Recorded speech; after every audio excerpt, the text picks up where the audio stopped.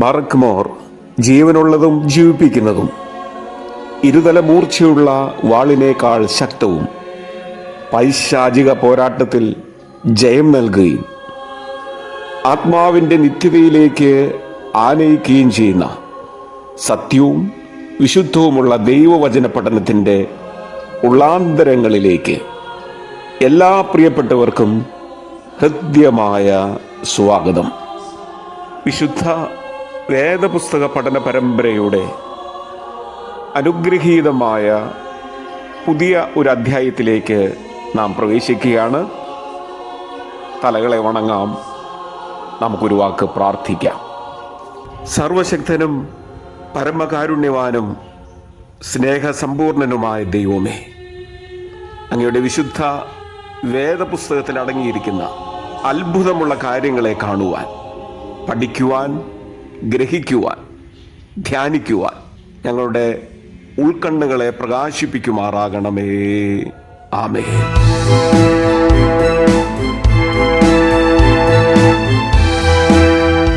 പിതാവിനും പുത്രനും പരിശുദ്ധനുമായിരിക്കും സ്തുതി. ആദ്യം മുതൽ തൻ്റെ കരുണയും മനോഗുണവും രണ്ട് ലോകങ്ങളിലും സദായിപ്പോഴും വർദ്ധിച്ചിരിക്കുമാറാകട്ടെ. ആമേൻ. സങ്കീർത്തനങ്ങളെ കുറിച്ചാണ് നാം പഠിച്ചു വരുന്നത്. സങ്കീർത്തനങ്ങളെ പൊതുവെ 5 പുസ്തകങ്ങളായിട്ടാണ് തിരിച്ചിരിക്കുന്നത്. ഓരോ പുസ്തകവും അവസാനിക്കുന്നത് ഒരു സ്തുതിയോടുകൂടെയാണെന്ന് ഓരോ സങ്കീർത്തനങ്ങളും വായിക്കുമ്പോൾ നമുക്ക് മനസ്സിലാക്കാനായിട്ട് സാധിക്കും. 150-ാം സങ്കീർത്തനം 5-ാം പുസ്തകത്തിനും സങ്കീർത്തനങ്ങൾക്ക് ഒന്നാകെയുമുള്ള ഒരു സമാപന സ്തുതിയാണ് നമുക്ക് മുന്നിൽ തുറക്കുന്നത്. ഇനി ഏതെല്ലാമാണ് ഈ 5 പുസ്തക വിഭാഗങ്ങൾ എന്ന് നോക്കാം. ഒന്നാമത്തെ പുസ്തക വിഭാഗം എന്ന് പറയുന്നത് 1-ാം സങ്കീർത്തനം മുതൽ 41-ാം സങ്കീർത്തനം വരെയുള്ള ഭാഗങ്ങളാണ്. ഇവയിലെ പൊതുപ്രമേയം എന്ന് പറയുന്നത് മനുഷ്യനാണ്. മനുഷ്യന്റെ സ്ഥിതി, അനുഗ്രഹീതമായ മനുഷ്യന്റെ നില, മനുഷ്യന്റെ പതനം, മനുഷ്യന്റെ ഉദ്ധാരണം എന്നിവയെല്ലാം ഈ സങ്കീർത്തനങ്ങളിൽ മുഴച്ചു നിൽക്കുന്ന ചിന്തകളാണ്. രണ്ടാമത്തെ പുസ്തക വിഭാഗം എന്ന് പറയുന്നത് 42-ാമത്തെ സങ്കീർത്തനം മുതൽ 72 വരെയുള്ള സങ്കീർത്തനങ്ങളാണ്. ഈ സങ്കീർത്തനങ്ങളിൽ ഇസ്രായേൽ ജനതയാണ് ശ്രദ്ധാകേന്ദ്രമായി നിൽക്കുന്നത്. 42 മുതൽ 49 വരെ സങ്കീർത്തനങ്ങൾ ഇസ്രായേൽ ജനതയുടെ പതനത്തെപ്പറ്റിയും 50-ാമത്തെ സങ്കീർത്തനം മുതൽ 60-ാമത്തെ സങ്കീർത്തനം വരെയുള്ള സങ്കീർത്തന ഭാഗങ്ങൾ ഇസ്രായേൽ മക്കളുടെ ഉദ്ധാരകനെ പറ്റിയും 61 മുതൽ 72 വരെയുള്ള സങ്കീർത്തനങ്ങൾ ഇസ്രായേൽ മക്കൾക്ക് ലഭിക്കുന്ന ഉദ്ധാരണത്തെ പറ്റിയുമാണ് പ്രതിപാദിക്കുന്നത്. ഇനി 3-ാം പുസ്തക വിഭാഗത്തിലേക്ക് നോക്കാം.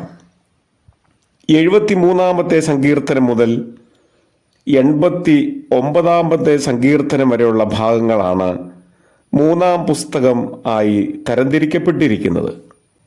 ദൈവാലയം അഥവാ വിശുദ്ധ മന്ദിരമാണ് ഈ സങ്കീർത്തന ഭാഗങ്ങളിലെ പ്രധാനപ്പെട്ട കേന്ദ്രബിന്ദു എന്ന് പറയുന്നത്. സൈന്യങ്ങളുടെ യഹോവേ തിരുനിവാസം എത്ര മനോഹരമെന്ന് ആരംഭിക്കുന്ന 84-ാമത്തെ സങ്കീർത്തനം ഒന്ന് വായിച്ചു നോക്കുക. 4-ാമത്തെ പുസ്തക വിഭാഗം എന്ന് പറയുന്നത് 90-ാമത്തെ സങ്കീർത്തനം മുതൽ 106-ാമത്തെ സങ്കീർത്തനം വരെയുള്ള ഭാഗങ്ങളാണ്. ഭൂമിയെയും അതിന് ലഭിക്കേണ്ടതും ലഭിക്കുന്നതുമായ അനുഗ്രഹങ്ങളെയും പറ്റി പാടുന്ന വിശിഷ്ട ഗാനങ്ങളാണ് ഈ സങ്കീർത്തനങ്ങളിൽ നാം കാണുന്നത്. 5-ാം പുസ്തക വിഭാഗം എന്ന് പറയുന്നത് 107-ാമത്തെ സങ്കീർത്തനം മുതൽ 150-ാമത്തെ സങ്കീർത്തനം വരെയുള്ള ഭാഗങ്ങളാണ്. ദൈവവചനമാണ് ഈ കീർത്തനങ്ങളിലെ മുഖ്യമായ ചിന്താധാര എന്ന് നമുക്ക് കാണാൻ സാധിക്കും.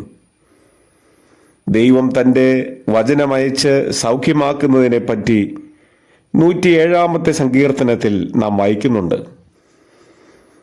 176 വാക്യങ്ങളുള്ള 119 സങ്കീർത്തനത്തിലെ ഓരോ വാക്യവും ഭക്തനായ മനുഷ്യന് ദൈവവചനം നൽകുന്ന അനുഗ്രഹങ്ങളെ പ്രകീർത്തിക്കുന്നവയാണ്.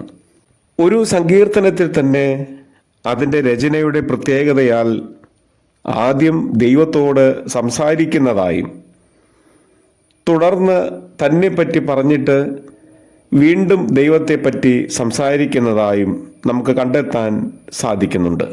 സത്യവേദ പുസ്തകത്തിലെ 19 പുസ്തകമായ സങ്കീർത്തനങ്ങൾ 150 സങ്കീർത്തനങ്ങൾ ഉൾക്കൊള്ളുന്നവയാണ്. 2461 വാക്യങ്ങൾ സങ്കീർത്തനങ്ങളിൽ നാം കാണുന്നു. അതിൽ ചരിത്രപരമായ വാക്യങ്ങൾ 2027 നിവൃത്തിയായ പ്രവചനങ്ങൾ 160. നിവൃത്തിയാകാത്ത പ്രവചനങ്ങൾ 274. 164 ചോദ്യങ്ങൾ നാം ഈ സങ്കീർത്തനങ്ങളിൽ കാണുന്നുണ്ട്. 413 ആജ്ഞകൾ, കൽപ്പനകൾ നാം ഈ സങ്കീർത്തനത്തിൽ വായിച്ച് ഗ്രഹിക്കുന്നുണ്ട്. 338 ദൈവപ്രവൃത്തികളെക്കുറിച്ച് സങ്കീർത്തനങ്ങളിൽ നാം കാണുന്നു.